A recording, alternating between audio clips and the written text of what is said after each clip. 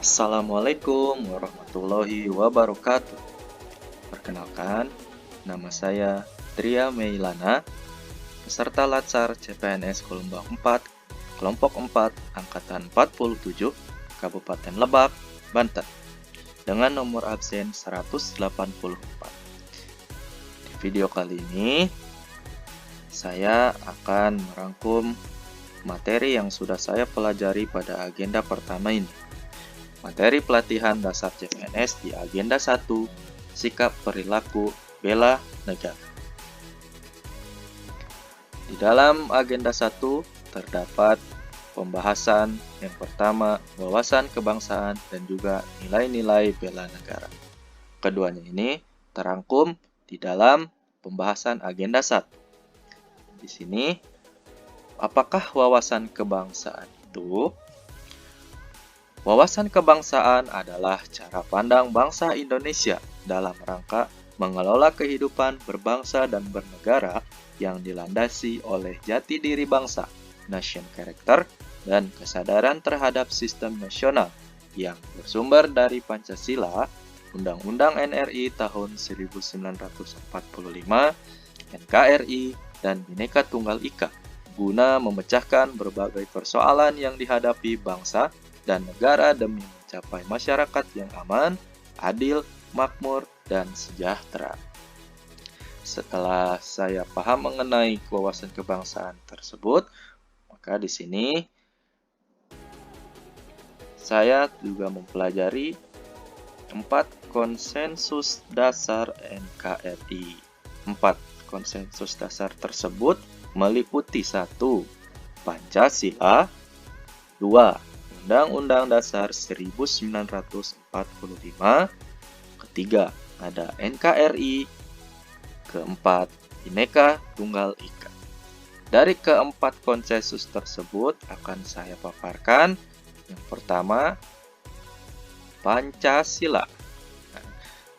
Pancasila ini berfungsi sebagai landasan bagi kokoh tegaknya negara dan bangsa. Pancasila juga berfungsi sebagai bintang pemandu atau light star, sebagai ideologi nasional, sebagai pandangan hidup bangsa, sebagai perekat atau pemersatu bangsa, dan sebagai wawasan pokok bangsa Indonesia dalam mencapai cita-cita nasional. Ini yang pertama. Yang kedua, ada Undang-Undang Dasar 1945. Di sini terdapat fungsi dari Undang-Undang Dasar tersebut. Naskah Undang-Undang Dasar 1945 dirancang sejak 29 Mei sampai 16 Juli 1945 oleh Badan Penyelidik Usaha Persiapan Kemerdekaan Indonesia atau disingkat dengan BPUPKI.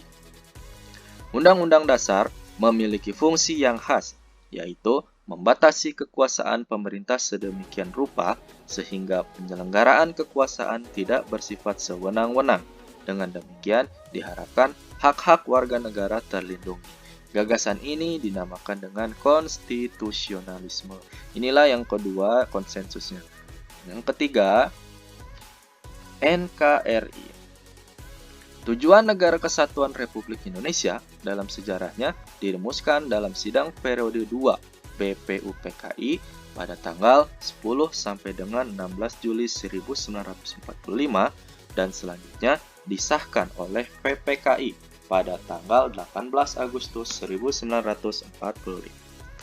Adapun tujuan NKRI seperti tercantum dalam pembukaan Undang-Undang Dasar 1945 alinea keempat meliputi 1. Melindungi segenap bangsa dan seluruh tumpah darah Indonesia. 2. Memajukan kesejahteraan umum. 3. Mencerdaskan kehidupan bangsa. 4. Ikut melaksanakan ketertiban dunia berdasarkan kemerdekaan, perdamaian abadi, dan keadilan sosial. Nah, tujuan NKRI tersebut di atas sekaligus merupakan fungsi negara Indonesia. Tujuan NKRI terdapat 4 dan juga di dalam pembukaan Undang-Undang Dasar 1945 alinea keempat ini juga disebut sebagai fungsi negara. Itu yang saya pahami dalam materi agenda 1 ini. Yang keempat, terakhir, Bhinneka Tunggal Ika. Nah, di sini mengutip dari Kakawin Sutasoma, Purudasata, pengertian Bhinneka Tunggal Ika lebih ditekankan pada perbedaan bidang kepercayaan, juga aneka ragam agama dan kepercayaan di kalangan masyarakat Majapahit.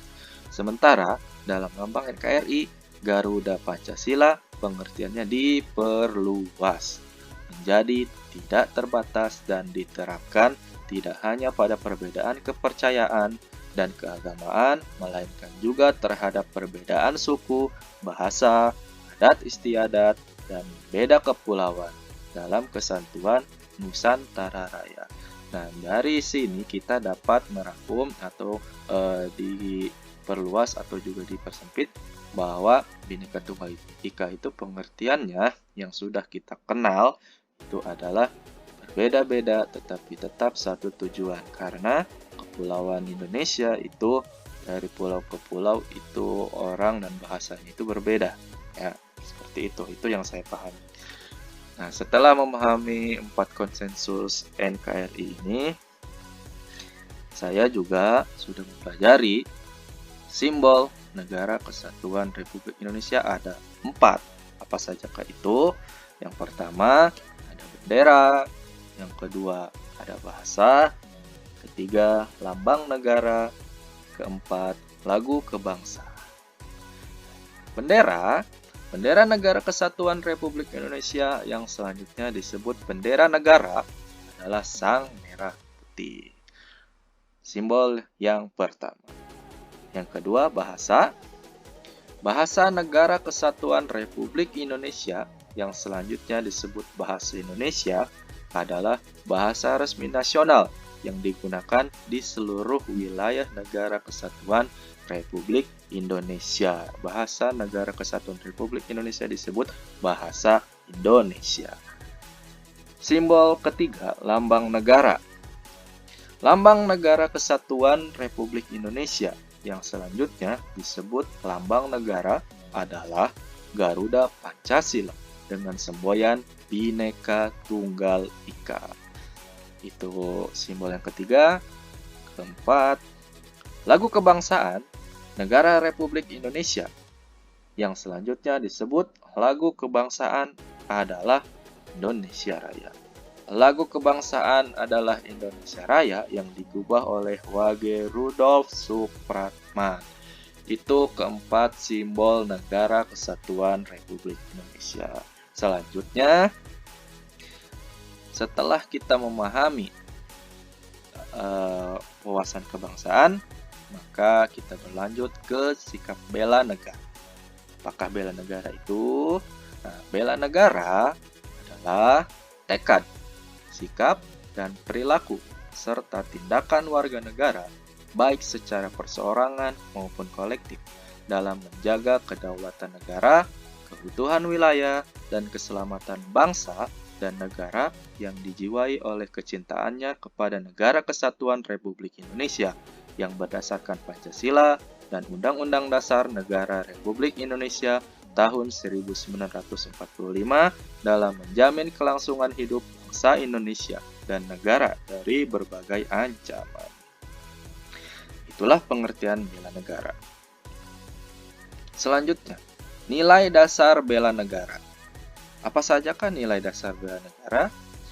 Berdasarkan Undang-Undang Nomor 23 Tahun 2019 tentang pengelolaan sumber daya nasional untuk pertahanan negara, Pasal 7 Ayat 3, nilai dasar bela negara meliputi 1. Cinta tanah air. 2. Sadar berbangsa dan bernegara. 3. Setia pada Pancasila sebagai ideologi negara. 4. Rela berkorban untuk bangsa dan negara. Kelima, kemampuan awal bela negara. Itulah kelima nilai bela negara. Nah, di sini terakhir, aktualisasi kesadaran bela negara bagi ASN. Nah, bagi kita sendiri dan bagi saya sendiri sebagai calon ASN, ada beberapa Usaha bela negara bertujuan untuk memelihara jiwa nasionalisme warga negara dalam upaya pemenuhan hak dan kewajibannya terhadap bela negara yang diwujudkan dengan pembinaan kesadaran bela negara demi tercapainya tujuan dan kepentingan nasional dengan sikap dan perilaku meliputi. Nah, untuk kita sendiri yang pertama, cinta tanah air bagi ASN diaktualisasikan dengan sikap dan perilaku. Yang kedua, kesadaran berbangsa dan bernegara bagi ASN diaktualisasikan dengan sikap dan perilaku. Tiga, setia pada Pancasila sebagai ideologi negara bagi ASN diaktualisasikan juga dengan sikap dan perilaku. Yang keempat, rela berkorban untuk bangsa dan negara bagi ASN diaktualisasikan pula dengan sikap dan perilaku. Yang kelima, kemampuan awal bela negara bagi ASN diaktualisasikan dengan sikap dan perilaku. Nah, dari kelima kesadaran bela negara bagi ASN, bagi saya juga. Nah, di sini semuanya dari kelima aktualisasi ini harus dengan sikap dan perilaku untuk aktualisasi. Baik, terima kasih sudah menonton video saya. Inilah pemahaman materi yang sudah saya pelajari di agenda 1 ini atau hari pertama ini.